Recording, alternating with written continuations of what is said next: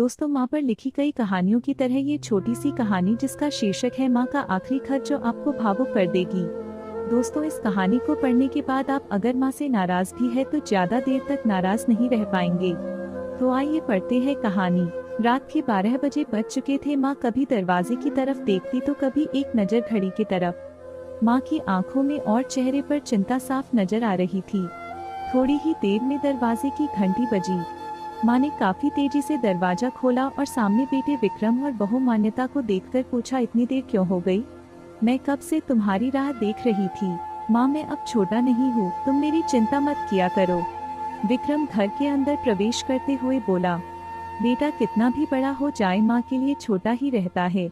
चलो छोड़ो, हाथ पैर धो लो, मैं तुम्हारे लिए खाना लगा देती हूँ। माँ ने दरवाजा बंद करते हुए कहा, माँ जी हम बाहर से खाना खाकर आए हैं, आप खा लीजिए, हम सोने जा रहे हैं। बहू मान्यता ने कहा, लेकिन मैंने तो तुम लोगों की पसंद की खीर बनाई है, आओ थोड़ी थोड़ी खा लो। माँ, तुझे एक बार में समझ में नहीं आता क्या? तेरी बहू ने कहा ना, हम बाहर से खाना खाकर आए हैं, क्यों परेशान करती है?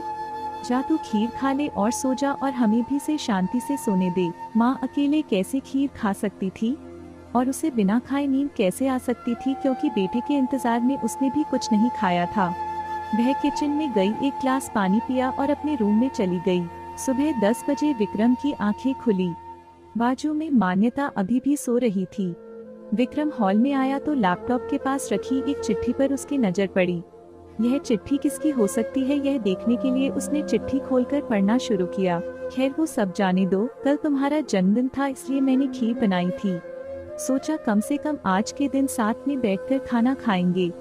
मगर मैं यह बात बोल गई थी कि मेरा बेटा बड़ा हो चुका है, तो अपने दोस्तों के साथ पार्टी करके खाना खाकर आया। चलो, मुझे इस बात की खुशी ही हुई। मेरी दवाइयाँ खत्म हो गई है। मैंने कुछ दिनों पहले तुझे दवाई की एक चिट्ठी दी थी, अगर वक्त मिले तो वह दवाई मुझे लाकर देना, मुझे थोड़ी राहत हो जाएगी।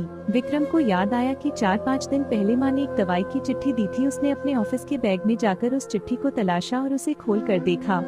उसमें लिखा था, मुझे ऐसी दवाई लाकर दो जिससे मैं अपने बेटे को भुला सकूं। विक्रम को रियलाइज हुआ कि मुझसे बहुत बड़ी गलती हो गई है। उसकी आंखें नम हो गई। वह तुरंत अपने माँ के कमरे की तरफ दौड़ा। सबसे पहले उठ जाने वाली माँ आज क्यों नहीं उठी थी, देखकर उसे आश्चर्य हुआ। उसने माँ को उठाने की काफी कोशिश की, लेकिन माँ एक गहरी नींद में सो चुकी थी। विक्रम के पास फूट फूट कर रोने के अलावा और कोई चारा नहीं बचा।